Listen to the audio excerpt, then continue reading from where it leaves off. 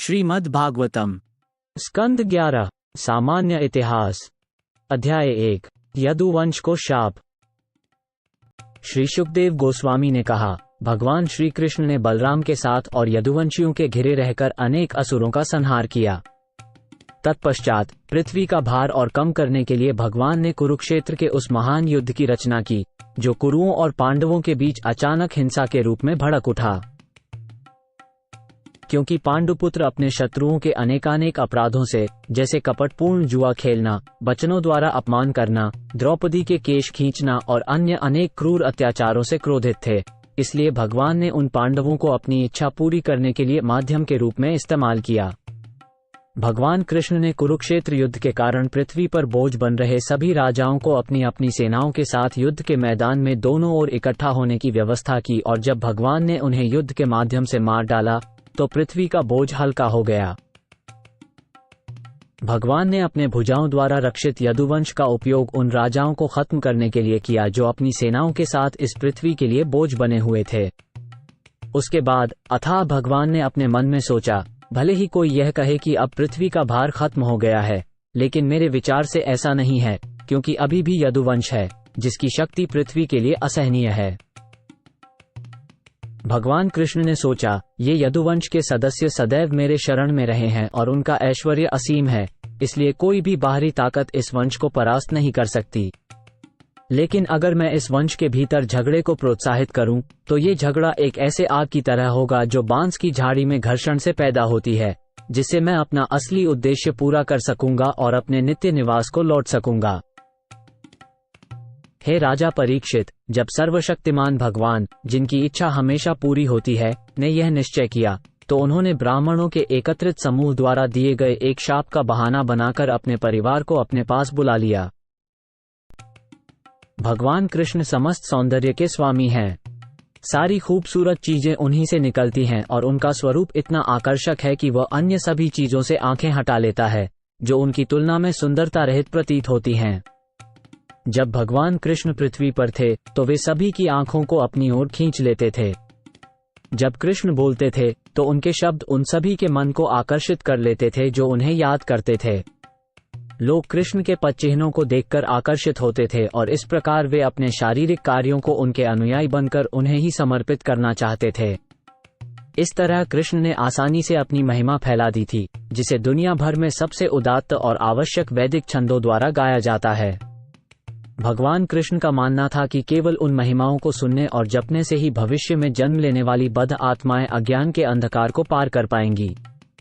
इस व्यवस्था से संतुष्ट होकर वे अपने इच्छित गंतव्य के लिए प्रस्थान कर गए।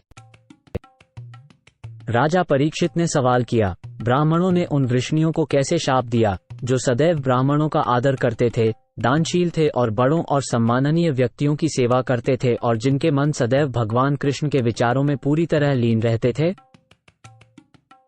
राजा परीक्षित पूछते रहे, इस शाप का उद्देश्य क्या था? हे द्विज श्रेष्ठ, इसमें क्या क्या शामिल था? और यदुओं में, जो एक ही जीवन लक्ष्य में भागीदार थे, ऐसा मतभेद क्यों उत्पन्न हुआ? कृपया मुझे ये सारी बातें विस्तार से बतलाएं। शुकदेव गोस्वामी ने कहा, पृथ्वी पर रहने के दौरान भगवान ने अपनी समस्त शुभ इच्छाओं को पूरा कर लिया था। फिर भी उन्होंने अपने सुंदर शरीर के साथ कर्तव्यपरायणता से सबसे शुभ कार्यों को पूरा किया। अपने निवास में रहते हुए और जीवन का आनंद लेते हुए भगवान, जिनकी महिमा स्वयं उदार है, ने अपने वंश को नष्ट करने का निश्चय किया, क्योंकि उन्हें अभी भी कुछ कर्तव्यों को पूरा करना बाकी था। एक बार विश्वामित्र, असित, कण्व, दुर्वासा, भृगु, अंगिरा, कश्यप, वामदेव, अत्रि और वशिष्ठ मुनियों ने नारद और अन्य लोगों के साथ मिलकर प्रचुर पुण्य प्रदान करने वाला, परम सुख लाने वाला और मात्र उच्चारण करने से संपूर्ण विश्व के कलयुग के पापों को दूर करने वाला एक सकौम अनुष्ठान किया। इन मुनियों ने इस अनुष्ठान को कृष्ण के पिता और यदुओं के अग्रणी वसुदेव के घर में संपन्न किया। जब उस समय वसुदेव के घर में कालरूप में निवास कर रहे कृष्ण उत्सव की समाप्ति होने पर मुनियों को आदरपूर्वक विदा कर चुके, तो वे मुनि पिंडारक नामक पवित्र तीर्थस्थान चले गए। वह पवित्र तीर्थस्थान में यदुवंश के युवा लड़के जाम्बवती के पुत्र सांब को एक स्त्री की वेशभूषा पहनाकर ले आए थे। मजाक करते हुए लड़कों ने वहां इकट्ठा हुए महान ऋषियों के पास पहुंचकर उनके चरण पकड़ लिए और बनावटी विनम्रतापूर्वक उनसे धृष्टता से पूछा, हे विद्वान ब्राह्मणों, ये काली आंखों वाली गर्भवती महिला आप लोगों से कुछ पूछना चाहती है। वो अपने बारे में कुछ पूछने के लिए बहुत शर्मा रही है।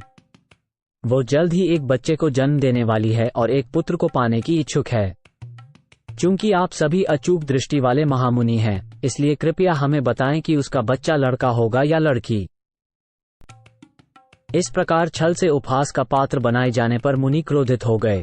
हे राजन, और लड़कों से कहा, मूर्खों, वो तुम्हें एक लोहे का गदा प्रदान करेगी जिससे तुम्हारे पूरे राजवंश का विनाश हो जाएगा। ऋषियों के श्राप को सुनकर घबराए हुए लड़कों ने तुरंत सांप के पेट से कपड़ा हटा दिया और वाकई उन्होंने देखा कि उसके अंदर एक लोहे का मूसल था। यदुवंश के तरुणों ने कहा, हाय, हमने क्या कर डाला? हम कितने अभागे हैं। हमारे कुल परिवार वाले हमसे क्या कहेंगे? ऐसा कहते और बहुत परेशान होते हुए वे घर लौट आए और मूसल भी अपने साथ ले आए। अपने चेहरे की कांति पूरी तरह खो चुके यदु बालक उस मूसल को राजसभा में ले आए और समस्त यादवों के सामने राजा उग्रसेन को उन्होंने घटी घटना का वर्णन सुना दिया। हे राजन परीक्षित, जब द्वारिका के निवासियों ने ब्राह्मणों के अचूक श्राप को सुना और गदा को देखा तो वे विस्मित और भयभीत हो गए। मूसल को छोटे छोटे टुकड़ों में तोड़वाकर यदुओं के राजा आहुक उग्रसेन ने स्वयं उन टुकड़ों और बचे हुए लोहे के टुकड़े को समुद्र में फेंक दिया। किसी मछली ने उस लोहे का निवाला निगल लिया और लहरों द्वारा लोहे के बचे हुए टुकड़े तट पर पहुंचे, जहां वो बड़े तीखे नरकटों के रूप में उगाए। यह मछली समुद्र में अन्य मछलियों के साथ मछुआरे के जाल में फंस गई। इस मछली के पेट से लोहे का एक टुकड़ा निकला जिसे शिकारी जरा ने ले लिया और अपने तीर के अग्रभाग पर लगा लिया। इस सारी घटनाओं की पूरी महत्ता जानते हुए भी ब्राह्मणों के श्राप को पलट देने का सामर्थ्य होने के बावजूद भगवान ने ऐसा नहीं करना चाहा। उल्टे काल के रूप में उन्होंने खुशी खुशी इन घटनाओं को स्वीकृति दे दी।